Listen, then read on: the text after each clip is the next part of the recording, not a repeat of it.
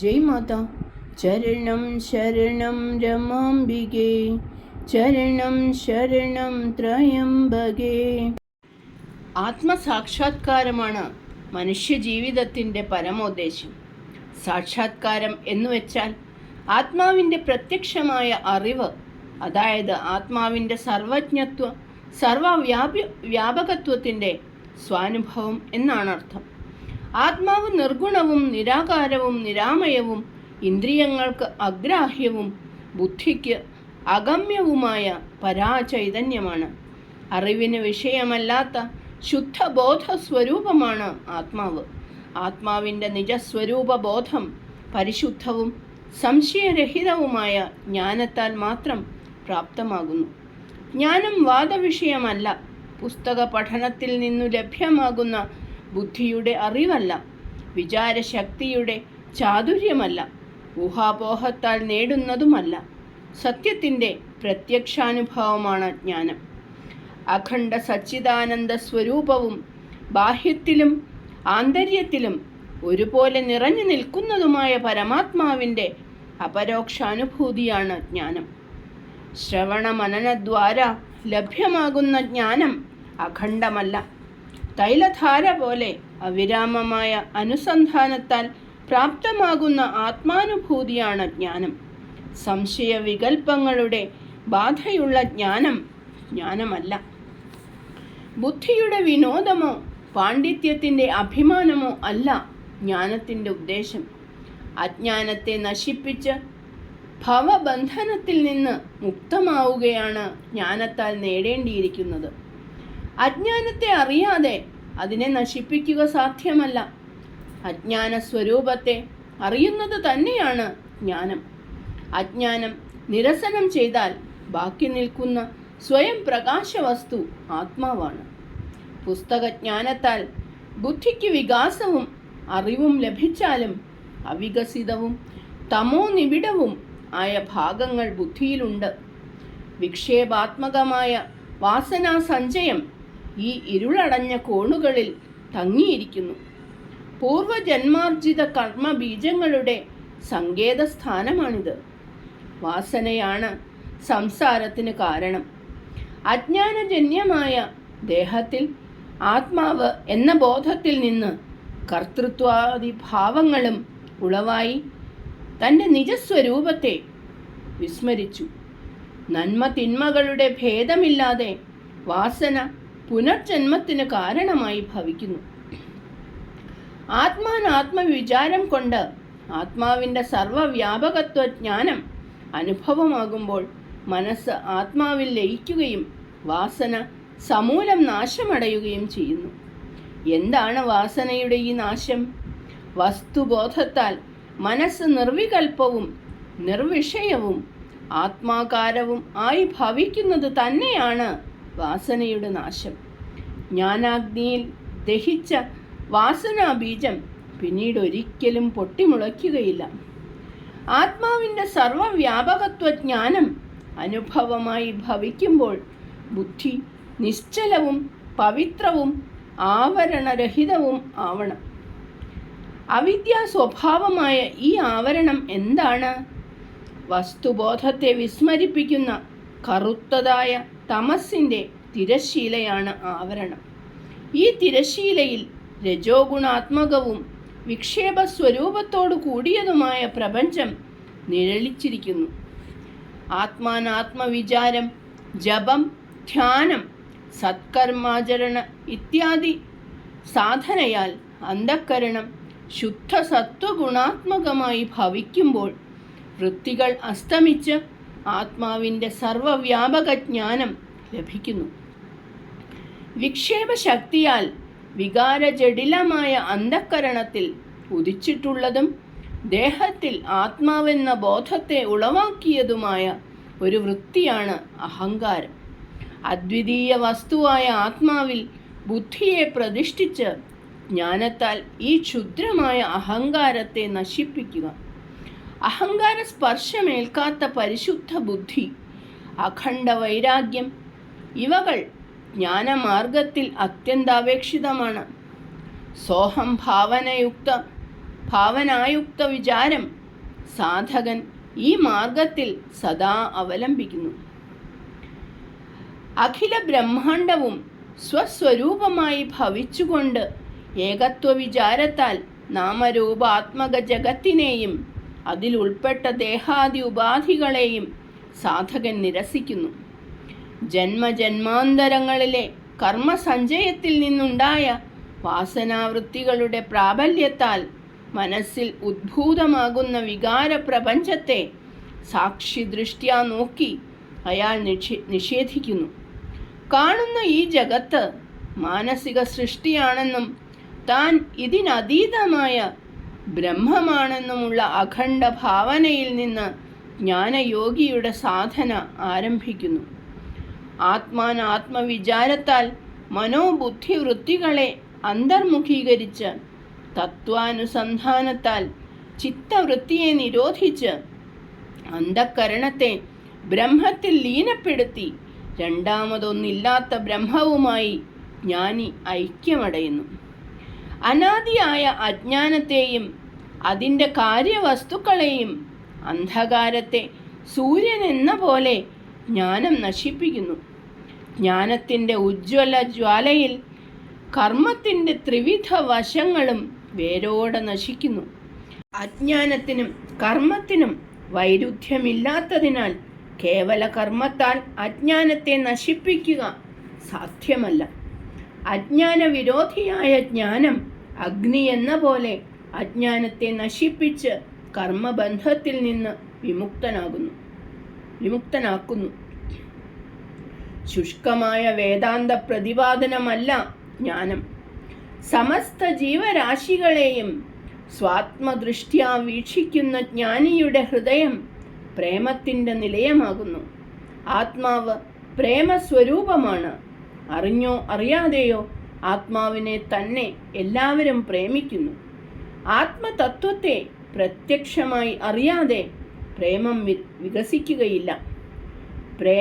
പരമപ്രേമത്തിനാസ്പദമായ ആത്മാവിനെ സാക്ഷാത്കരിച്ച ജ്ഞാനി പ്രേമത്തിൻ്റെ മൂർത്തിയായി ഭവിക്കുന്നു. പ്രേമത്തിൻ്റെ അഭാവം നിഴലിക്കുന്ന ജ്ഞാനമല്ല. അഖണ്ഡ വൈരാഗ്യം ജ്ഞാനത്തിൻ്റെ സഹജ ലക്ഷണമാകുന്നു. എന്താണ് ഈ വൈരാഗ്യം? വൈരാഗ്യം എന്നത് നൈരാശ്യത്തിൽ നിന്നും ഉദ്ഭൂതമാകുന്ന മാനസിക ഭാവമല്ല. ജീവിതത്തിൻ്റെ നേരെയുള്ള അശുഭ ദൃഷ്ടിയല്ല. 2 ദിവസത്തെ വിരക്തിയല്ല. ക്ഷണിക ഭോഗത്തിനായി ഒരു മൂലയിലിരുന്ന് വിലപിക്കുന്നതുമല്ല. അഥവാ ഗൃഹങ്ങളെ വിട്ട് ഗുഹകളെ അഭയം പ്രാപിക്കുന്നതുമല്ല. കഷ്ടതകളെ ഭയന്ന് സന്യസിക്കുന്നതുമല്ല. ഇതെല്ലാം ദുർബലതയുടെ ലക്ഷണമാണ്. സത്യബോധത്താൽ പ്രാപ്തമാക്കിയ വിചാരയുക്തമായ ബുദ്ധിയുടെ സ്വഭാവ വൈശിഷ്ട്യമാണ് വൈരാഗ്യം. ഈ ലോകം മുതൽ ബ്രഹ്മലോക പര്യന്തം ലഭിക്കുന്ന സുഖം നശ്വരമാണെന്നുള്ള ബുദ്ധിയുടെ ദൃഢനിശ്ചയമാണ് വൈരാഗ്യം. സത്യബോധത്തിൽ ബുദ്ധിയെ പ്രതിഷ്ഠിച്ച മുമുക്ഷുവായ സാധകന് പ്രാപഞ്ചിക സുഖം ജുഗുപ്സാവഹമായി തോന്നുന്നു. അഖണ്ഡ സുഖസ്വരൂപമായ ആത്മാവിനെ അനുസന്ധാനം ചെയ്യുന്ന ജ്ഞാനിക്ക് ബാഹ്യദൃഷ്ടിയേയില്ല. തമോ ഗുണാത്മകമായ അലസത വൈരാഗ്യത്തിൻ്റെ ലക്ഷണമല്ല. നിശ്ചലമായ ജാഗ്രതാവസ്ഥ വിരക്തൻ്റെ സ്വഭാവ ഗുണമാണ്. നിദ്രാദേവി അയാളെ സ്പർശിക്കുകയില്ല. ആഹാര വ്യവഹാരങ്ങളിൽ വിരക്തന് അഭിരുചിയില്ല. വിരക്തൻ്റെ തപശക്തിയെ ഹനിക്കുവാൻ ത്രിലോകങ്ങളിൽ ഒരു ശക്തിയുമില്ല. സിദ്ധികൾ അയാളെ മാർഗനിരോധം ചെയ്യുകയില്ല. സിദ്ധികൾക്ക് വശംവദനാവുക, ധ്യേയത്തിൽ എത്താതെ മാർഗത്തിൽ തങ്ങി നിൽക്കുക, സാധനാനിഷ്ഠയ്ക്ക് ഭംഗം വരിക, ജീവിതത്തിൽ നൈരാശ്യം ഉദ്ഭൂതമാവുക, ഇവയെല്ലാം വൈരാഗ്യത്തിൻ്റെ അഭാവലക്ഷണങ്ങളാകുന്നു. വൈരാഗ്യമില്ലാത്ത ജ്ഞാനം ജ്ഞാനമല്ല, ഭക്തിയല്ല, സാധനയല്ല. സാധകന്റെ രക്ഷാകവചമാണ് വൈരാഗ്യം. അഖണ്ഡ വൈരാഗ്യം സാധകനെ ചിത്തവൃത്തി നിരോധത്തിൽ എത്തിക്കുന്നു. ലൗകിക ആസക്തികളെ ഭസ്മീകരിക്കുന്നു.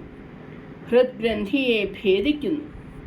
കഠിനമായ സാധനാ മാർഗത്തെ വൈരാഗ്യം സുലളിതവും മധുരവുമാക്കി തീർക്കുന്നു. ദേഹം പതിച്ചാലും മറ്റൊരു ദേഹത്തിലിരുന്ന് സത്യത്തെ സാക്ഷാത്കരിക്കുമെന്ന ദൃഢപ്രതിജ്ഞ വൈരാഗ്യത്തിൻ്റെ ഉജ്ജ്വല ശക്തിയെ കാണിക്കുന്നു. ഭോഗവസ്തുക്കളുടെ മധ്യത്തിലിരിക്കുന്ന സാധകനെ ത്യാഗത്തിൻ്റെ ഉത്തുംഗ ശിഖരത്തിൽ വൈരാഗ്യം എത്തിക്കുന്നു. സത്യബോധം കൈവന്ന വിരക്തന് ജീവിതത്തിൽ കഷ്ടതകളില്ല. കഷ്ടതകൾ മാനസിക ഭാവമാണ്. വൈരാഗ്യാഗ്നിയിൽ വിഷയലിപ്തമായ മനസ്സിനെ ഭസ്മമാക്കിയ വിരക്തൻ വിഷയപ്രപഞ്ചത്തെ സ്വപ്ന സമാനം വീക്ഷിക്കുന്നു. വൈരാഗ്യത്തിൻ്റെ ഉജ്ജ്വല ജ്വാലയിൽ വാസനാ സഞ്ചയം ചാമ്പലായിത്തീരുന്നു. സാധകന്റെ ദൈവീക സമ്പത്താണ് വൈരാഗ്യം. ഉജ്ജ്വലമായ ജ്ഞാന തേജസ്സും ഭക്തിയുടെ മധുരിമയും ബ്രഹ്മത്വ ലക്ഷണവും ഗുരുകൃപയും വൈരാഗ്യം തന്നെ. മായാഭ്രമത്തിനടിമപ്പെടാത്തവൻ, പേരിലും പെരുമയിലും കുടുങ്ങാത്തവൻ, നിന്ദാസ്തുതികളിൽ ചലിക്കാത്തവൻ ഒരാൾ മാത്രം. അവനാണ് വിരക്തൻ. മേധാശക്തിയിലോ ശാസ്ത്ര പാണ്ഡിത്യത്തിലോ മാത്രം ലഭ്യമാകുന്ന ഒന്നല്ല ജ്ഞാനം. ബുദ്ധി ജഡമാണ്. ജഡത്താൽ ചൈതന്യത്തെയോ അസത്യത്താൽ സത്യത്തെയോ സ്ഥൂലത്താൽ സൂക്ഷ്മത്തെയോ ദർശിക്കുക സാധ്യമല്ല. സൂക്ഷ്മത്തിൽ സൂക്ഷ്മമായ ആത്മാവ് പരിശുദ്ധവും തീക്ഷ്ണവും വിശാലവുമായ ബുദ്ധിയിൽ ഉദയം ചെയ്യുന്ന ജ്ഞാനത്താൽ മാത്രം അറിയപ്പെടുന്നു. സദ്ഗുരുവിൻ്റെ കൃപാകടാക്ഷമില്ലാതെ പരമാത്മ ദർശനം സാധ്യമല്ല. ഗുരുകൃപയുടെ അവരോഹണമില്ലാതെ വർഷാന്തരങ്ങളിലെ യോഗാഭ്യാസത്തിലോ തപോവ്രതാദികളിലോ ജ്ഞാനദൃഷ്ടി ലഭിക്കുകയില്ല. ശരണാഗതനായ സാധകന്റെ സാധനയാൽ പവിത്രമായ ബുദ്ധിയിൽ ജ്ഞാനസ്വരൂപനായ സദ്ഗുരു അനന്ത കൃപാകടാക്ഷത്താൽ പ്രകടമാകുന്നു. ഗുരുചരണങ്ങളിലുള്ള അനന്യഭക്തിയാൽ ഹൃദയവികാസം കൈവന്ന് പ്രേമസ്വരൂപനായ സദ്ഗുരുവിൻ്റെ സർവവ്യാപകത്വം ആ ഹൃദയത്തിൽ പ്രതിഫലിക്കുന്നു. മോക്ഷകാരണമായ വസ്തുക്കളിൽ ഭക്തിക്ക് ശ്രേഷ്ഠത ലഭിച്ചിരിക്കുന്നു. ഭക്തിയുടെ നിജമായ തത്വം എന്താണ്? ഈശ്വരനെ അറിഞ്ഞതിന് ശേഷം പൂർണ്ണ വികാസം വരുന്ന ഭാവവിശേഷമാണ് ഭക്തി. നാമസങ്കീർത്തനം, ജപം, ധ്യാനം, സത്കർമാചരണ ഇവകൾ ചിത്തത്തെ പരിശുദ്ധമാക്കുന്നു. പരിശുദ്ധമായ ചിത്തത്തിലാണ് ഭക്തിയുടെ ഉദയം. കേവലം ബാഹ്യചേഷ്ടയിൽ കൂടി പ്രകടമാകുന്ന മനോവികാരമല്ല ഭക്തി. വൈകാരിക മനസ്സിൻ്റെ ക്ഷണികമായ ഒരു ഭാവപകർച്ചയല്ല ഇത്. ഭക്തി മൂഢമല്ല, വികാരാത്മകമല്ല, ക്ഷണികമല്ല, ദുർബലതയുടെ ചിഹ്നമല്ല, അജ്ഞാനജന്യമായ ഒരു മാനസിക ചേഷ്ടയല്ല.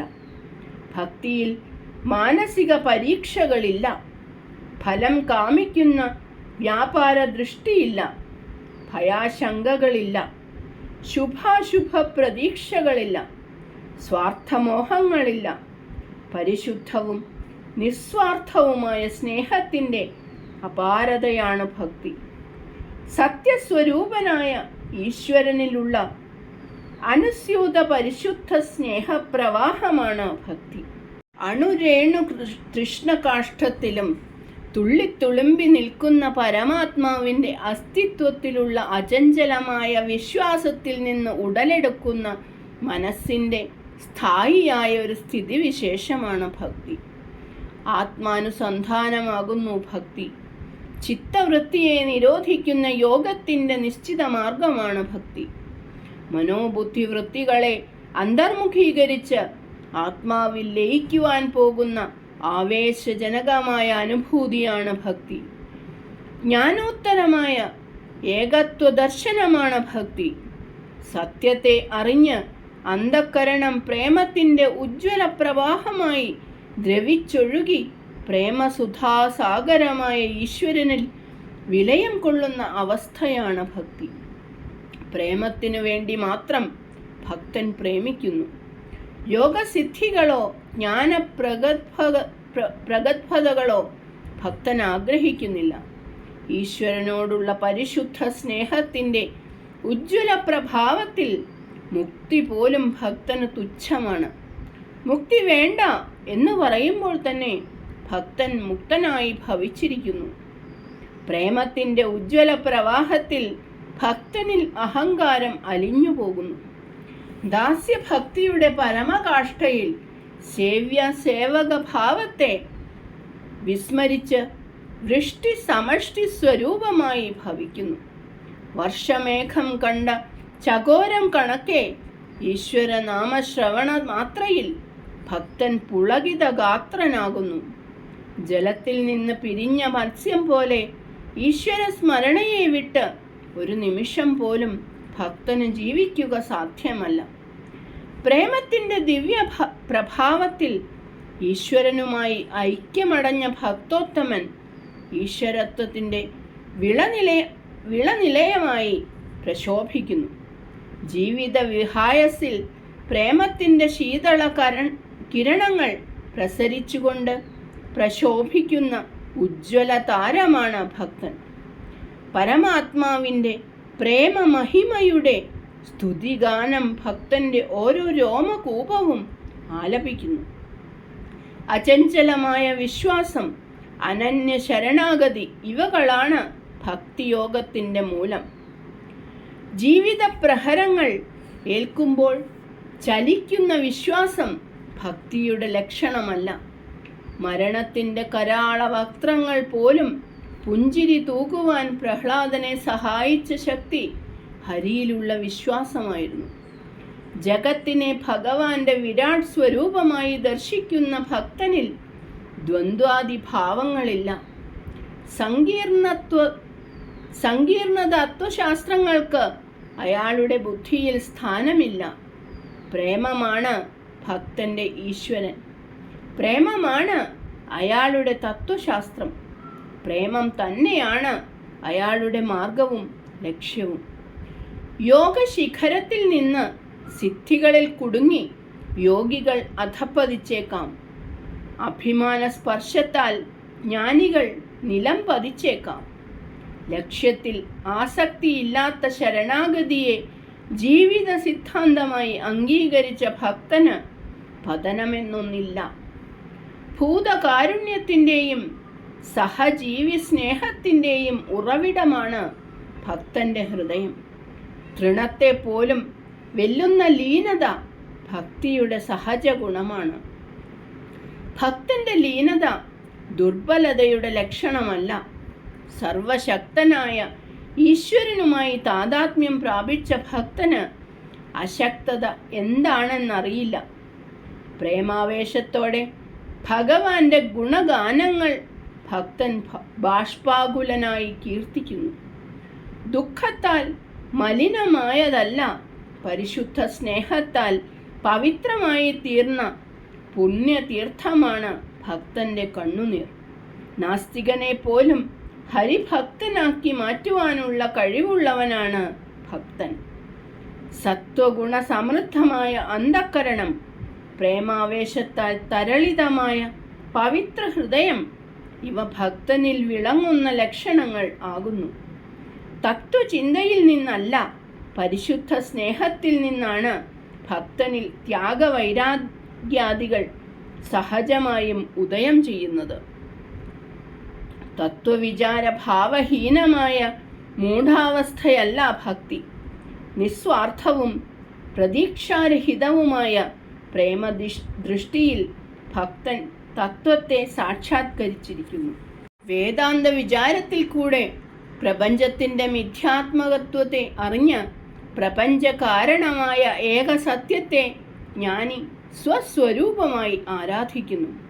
പ്രേമപ്രകർഷതയാൽ പ്രപഞ്ചത്തെ അഭൗമ ദിവ്യ പ്രഭാവത്തിൻ്റെ പ്രകടനമായി കണ്ട് ഭക്തൻ വാഴ്ത്തുന്നു. ജ്ഞാന ജ്യോതിസിൽ പ്രപഞ്ചം അപ്രത്യക്ഷമാകുന്നു. പ്രേമപ്രവാഹത്തിൽ പ്രപഞ്ചം ദിവ്യതമമാകുന്നു. തൻ്റെ ആത്മപ്രതിബിംബമായ ജഗത്തിനെ മായാവൃതമായി ജ്ഞാനി കാണുന്നു. ഭക്തിരസസമ്പൂർണമായ ദിവ്യദൃഷ്ടിയിൽ ജഗത്തിനെ ഭഗവത് ലീലയായി ഭക്തൻ ദർശിക്കുന്നു.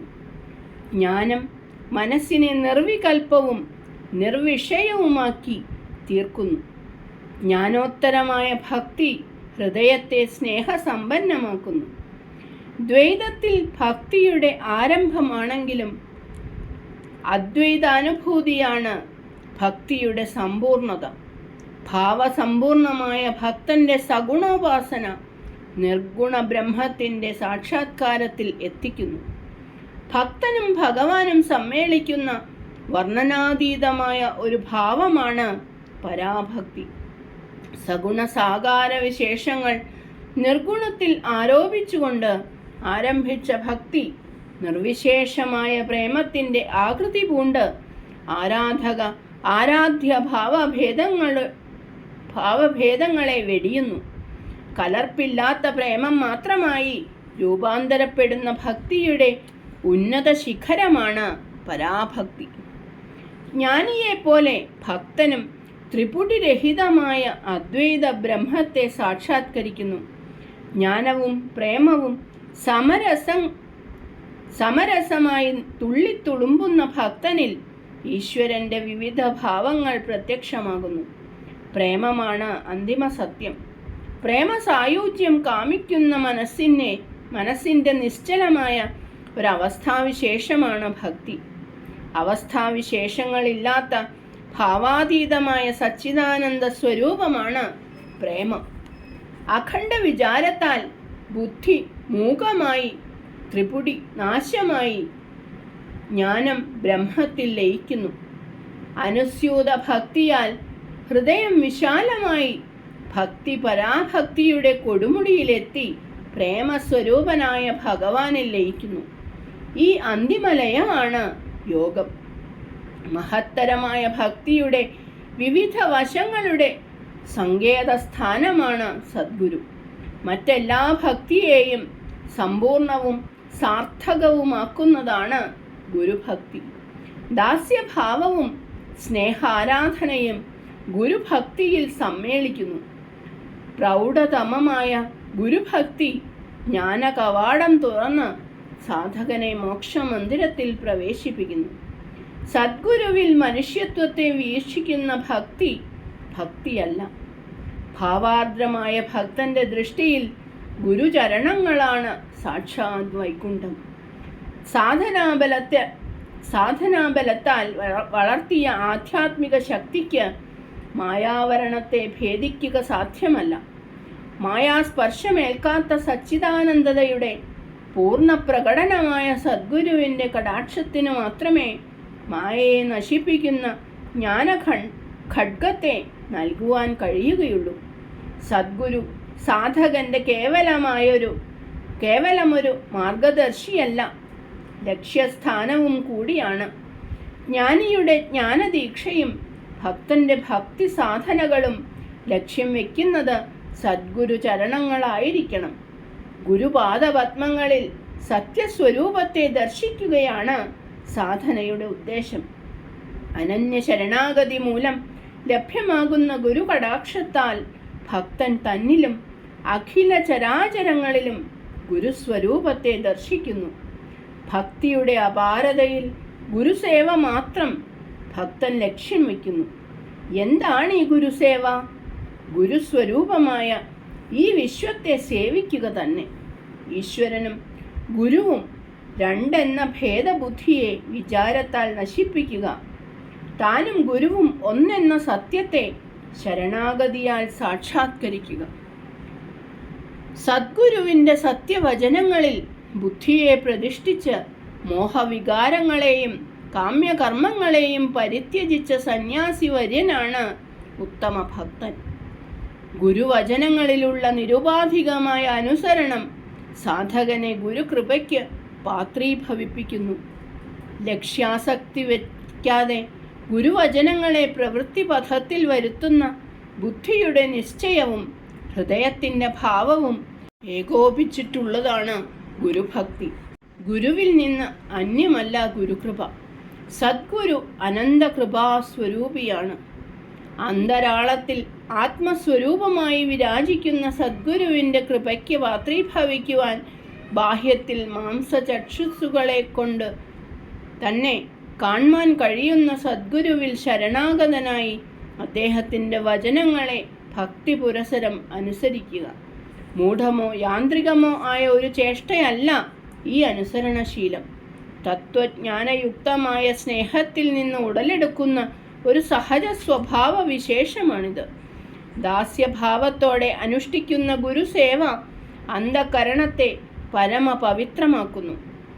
മാനാഭിമാനങ്ങളെയും അഹങ്കാരമമകാരങ്ങളെയും നിർബീജമാക്കി ചിത്തത്തിന് ധ്യാനനിഷ്ഠ നൽകുന്നു.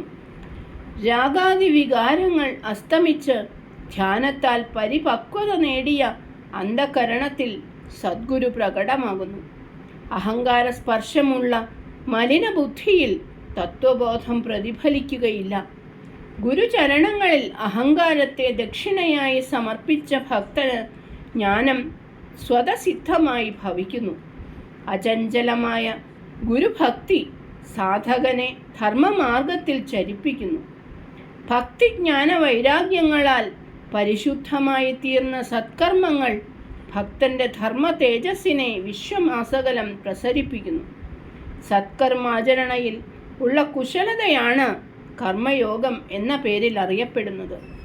ജ്ഞാനത്തിൻ്റെ തേജസ്സും ഭക്തിയുടെ മധുരിമയും ആചരണയിൽ നിഴലിക്കുമ്പോൾ കർമ്മങ്ങൾ യോഗസാധനകളായി ഭവിക്കുന്നു. ഗുരുദത്തമായ തത്വബോധം കൊണ്ട് മനസ്സിനെ വികാരരഹിതമാക്കി ഭക്തൻ വിശ്വത്തെ ഗുരുമൂർത്തിയായി ദർശിച്ച് സേവനത്തിൽ കൂടെ ആരാധിക്കുന്നു. ഭക്തിജ്ഞാന വൈരാഗ്യങ്ങളുടെ സമ്മിശ്ര രൂപമായ ഈ ആരാധന തന്നെയാണ് കർമ്മയോഗം. നിഷ്കാമ കർമാനുഷ്ഠാനത്താൽ ജീവിതത്തിലെ പ്രതിസന്ധി ഘട്ടങ്ങളിൽ നിശ്ചലമായി നിൽക്കുന്ന നിർവികാരത കർമ്മയോഗി കരസ്ഥമാക്കുന്നു. മാനസിക വികാരങ്ങളെ സാക്ഷിയായി കണ്ട് നിരസനം ചെയ്യുന്ന വിവേകദൃഷ്ടി ഉണ്ടെങ്കിൽ മാത്രമേ നിർവികാരത പ്രാപ്യമാവുകയുള്ളൂ. ഈ വിവേകദൃഷ്ടിയാണ് ആത്മകൃപ. ത്യാഗത്തെ ഏകഭോഗമായി കർമ്മയോഗി അനുഭവിക്കുന്നു.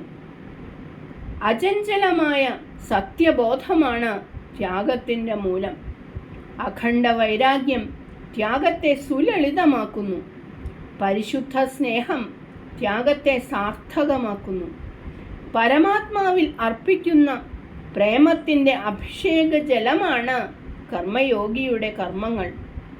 നിസ്വാർത്ഥ സേവനത്തിൽ കൂടി തൻ്റെ അഹങ്കാരത്തെ സമൂലം നശിപ്പിച്ച് കർമ്മയോഗി ഭഗവത് സ്വരൂപമായ വിശ്വസമുദായവുമായി ഐക്യം നേടുന്നു. സ്വസ്വരൂപ ബോധത്തിൽ ബുദ്ധിയെ പ്രതിഷ്ഠിച്ചുകൊണ്ട് കർമ്മയോഗി ജീവിത വ്യവഹാരത്തിൽ അലിപ്തനായി നിലകൊള്ളുന്നു. യോഗാരൂഢനായി വിരാജിക്കുന്ന ആ പുരുഷോത്തമൻ സേവനത്തിൻ്റെ വേദിയിൽ ജീവിതം അർപ്പിക്കുന്ന ആ ത്യാഗ ശിരോമണി ജ്ഞാനികളിൽ വെച്ച് പരമജ്ഞാനിയാണ്, ഭക്തരിൽ അഗ്രഗണ്യനാണ്. മനസ്സിനെ നിർവികൽപ്പമാക്കി ബുദ്ധിയെ സദാ ആത്മാവിൽ ലയിപ്പിച്ച് ജ്ഞാനി ആത്മാനന്ദത്തെ അനുഭവിക്കുന്നു. ഭക്തി സമ്പൂർണമായ ഹൃദയത്തോടെ ഈശ്വരൻ്റെ സുന്ദര രൂപത്തെ ആസ്വദിച്ചുകൊണ്ട് ഭക്തൻ സ്വയം മതിമറക്കുന്നു. ജ്ഞാനവും ഭക്തിയും നിറഞ്ഞൊഴുകുന്ന കർമ്മയോഗിയാകട്ടെ ജ്ഞാനവും ഭക്തിയും കർമ്മത്തിൽ പ്രകടിപ്പിച്ചുകൊണ്ട് ലോകസേവനാർത്ഥം ജീവിക്കുന്നു.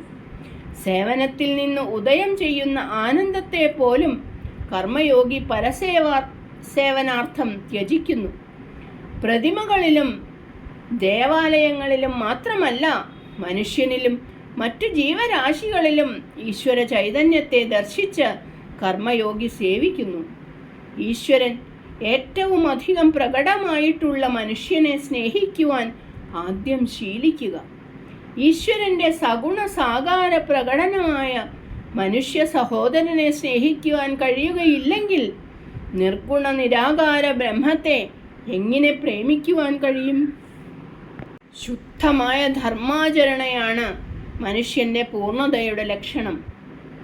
സത്കർമ്മം തന്നെയാണ് ധർമ്മം. സത്യനും നിത്യനുമായിരിക്കുന്ന പരമാത്മാവിൻ്റെ ബോധത്തോടെ അനുഷ്ഠിക്കുന്ന കർമ്മങ്ങൾ തന്നെയാണ് ധർമ്മം. ഏതു കർമ്മങ്ങളാലാണോ സത്യത്തിൻ്റെ പ്രകാശ പ്രസരണവും ഹൃദയത്തിൻ്റെ വികസനവും പരമാത്മാവിൻ്റെ പ്രസന്നതയും സംഭവിക്കുന്നത്, അത്തരം പവിത്ര കർമ്മങ്ങളുടെ അനുഷ്ഠാനം തന്നെയാണ് ധർമാചരണം. പ്രേമത്തിൻ്റെ സ്തുതിഗീതങ്ങളാണ് ധർമാചരണയിൽ കൂടെ മുഴങ്ങുന്നത്. ഈശ്വര മഹിമയുടെ ഉത്കൃഷ്ട സന്ദേശമാണ് ധർമാനുഷ്ഠാനം. സത്യവും ധർമ്മവും അഭേദ്യമായി ബന്ധപ്പെട്ട് കിടക്കുന്നു. സത്യനിഷ്ഠയോടെ ചെയ്യുന്ന കർമ്മങ്ങൾ ധർമ്മത്തെ വിളംബരം ചെയ്യുന്നു. ധർമാനുഷ്ഠാനത്തിൽ സത്യസ്വരൂപനായ ഈശ്വരൻ പ്രകടമാകുന്നു. സത്യത്തെ വിസ്മരിക്കുന്നത് തന്നെയാണ് അസത്യം. അസത്യത്തെ ആശ്ലേഷിച്ചുകൊണ്ട് അനുഷ്ഠിക്കുന്ന കർമ്മങ്ങൾ അധർമ്മമാണ്. ധർമ്മത്തിൽ നിന്നുള്ള വ്യതിചലനം തന്നെയാണ് അധർമ്മം. പ്രേമത്തിൽ പ്രകടമാകാത്ത ജ്ഞാനമല്ല. ആചരണയിൽ നിഴലിക്കാത്ത ഭക്തിയല്ല. പവിത്രമായ ആചരണയിൽ കൂടെ ജ്ഞാനത്തെയും ഭക്തിയെയും പ്രകടമാക്കിയ ലോകസേവകന്മാരാണ് യഥാർത്ഥ മഹാപുരുഷന്മാർ. പൂർവജന്മാർജിത കർമ്മഫലങ്ങളുടെ ഭാരം വഹിക്കുന്ന ഒരു വാഹനമാണ് ഈ ശരീരം. കാമം ദേഹത്തിൽ ആത്മാവെന്ന ഭാവത്തിൽ നിന്നും ഉദ്ഭവിച്ചു. കർമ്മങ്ങളല്ല ബന്ധകാരണം. കർത്തൃത്വ ഭാവമാണ് ജീവനെ സംസാരത്തോട് ബന്ധിക്കുന്നത്. പാപപുണ്യ കർമ്മങ്ങളുടെ ഫലങ്ങൾ അനുഭവിക്കുന്നത് കർമ്മങ്ങളിൽ കർത്തൃത്വഭാവം വന്നതിനാലാണ്. കർമ്മത്യാഗമല്ല, കർത്തൃത്വഭാവത്യാഗമാണ് കർമ്മയോഗത്തിൻ്റെ രഹസ്യം. ജ്ഞാനാഗ്നിയിൽ കർമ്മങ്ങളെ ഭസ്മീകരിക്കാം. പ്രേമപ്രവാഹത്തിൽ കർമ്മങ്ങളെ ഒഴുക്കിക്കളയാം. ഈശ്വര സ്വരൂപമാണ് ഈ വിശ്വം. ഈശ്വരോപകരണമാണ് താൻ. സേവനമാണ് തൻ്റെ ആരാധന. ഭക്തിഭാവപൂരിതമായ ഈ ഉന്നത വീക്ഷണത്തിൽ കർമ്മയോഗി കർമ്മബന്ധത്തിൽ നിന്ന് വിമുക്തനാകുന്നു. കർമ്മത്തിൻ്റെ സ്പർശമോ കർമ്മഫലത്തിൻ്റെ ലേപമോ ഏൽക്കാത്ത പരിശുദ്ധമായ ആത്മാവാണ് താൻ. ദേഹം കർമ്മങ്ങൾ ചെയ്യുന്നു. ദേഹം തന്നെ കർമ്മഫലം അനുഭവിക്കുന്നു. താൻ ഇതിനെ നോക്കിക്കാണുന്ന കേവല സാക്ഷിയാണ്. ജ്ഞാനത്തിൻ്റെ ഈ പ്രഗത്ഭതയിൽ ജ്ഞാനി കർമ്മസഞ്ചയത്തെ നശിപ്പിക്കുന്നു. അഖണ്ഡ വിചാരത്താൽ ജ്ഞാനി ഇന്ദ്രിയങ്ങളെ നിഗ്രഹിക്കുന്നു. പ്രേമോന്മാദത്താൽ ഭക്തൻ ഇന്ദ്രിയങ്ങളെ ദിവ്യങ്ങളാക്കി തീർക്കുന്നു. സേവനത്താൽ കർമ്മയോഗി ഇന്ദ്രിയങ്ങളുടെ പിടിയിൽ നിന്ന് മനസ്സിനെ മുക്തമാക്കുന്നു. ജ്ഞാനി ഇന്ദ്രിയങ്ങളെ മിഥ്യാമാത്രമായും ഭക്തൻ ബ്രഹ്മാനന്ദത്തെ ആസ്വദിക്കുവാനുള്ള ദിവ്യോപാധിയായും കർമ്മയോഗി സേവനോപകരണങ്ങളായും വീക്ഷിക്കുന്നു. സത്കർമാചരണയാൽ ചിത്തം പരിശുദ്ധമാക്കുക. ഭക്തിയാൽ മനസ്സിനെ ഏകാഗ്രമാക്കുക. ജ്ഞാനവൈരാഗ്യാദികളാൽ വൃത്തികളെ ദൂരീകരിക്കുക. ആചരണയാൽ അന്ധക്കരണം പവിത്രമാകുന്നു. പവിത്രമായ അന്ധക്കരണത്തിൽ ഭക്തി ഉദയമാകുന്നു. ഭക്തിയുടെ ഉദയത്തിൽ ജഗത് കാരണം ബ്രഹ്മം എന്ന തത്വത്തിൽ ബുദ്ധി ഉറയ്ക്കുന്നു. തത്വാനുസന്ധാനം അപരോക്ഷ ജ്ഞാനത്തിൽ കലാശിക്കുന്നു. ജ്ഞാനവും ഭക്തിയും സമ്മേളിക്കുമ്പോൾ അഖണ്ഡ വൈരാഗ്യം സംജാതമാകുന്നു. ജ്ഞാനവും ഭക്തിയും വൈരാഗ്യവും സേവനത്തിൽ പ്രശോഭിക്കുന്നു. നിസ്വാർത്ഥ സേവനം തന്നെയാണ് മനുഷ്യ ജീവിതത്തിൻ്റെ പരിപൂർണത. സേവനത്തെ ജീവിതാദർശമായി വരിക്കുക. ആത്മാവിനെ അറിയാതെ യഥാർത്ഥ സേവനം സാധ്യമല്ല. ആത്മോദ്ധാരണത്തിൽ കൂടെ വിശ്വസേവനം എന്ന ലക്ഷ്യത്തെ സദാ മുൻനിർത്തി സേവനത്തിൻ്റെ വേദിയിൽ ജീവിതം ഒഴിഞ്ഞുവെക്കുവാൻ തയ്യാറുള്ള ഉത്തമ പുത്രന്മാരായി ഭവിക്കുക. ഓം ശാന്തി ശാന്തി. ശാന്തി. ചരണം ശരണം രമാംബികേ, ചരണം ശരണം ത്രയംബകേ. ജയ് മാതാ.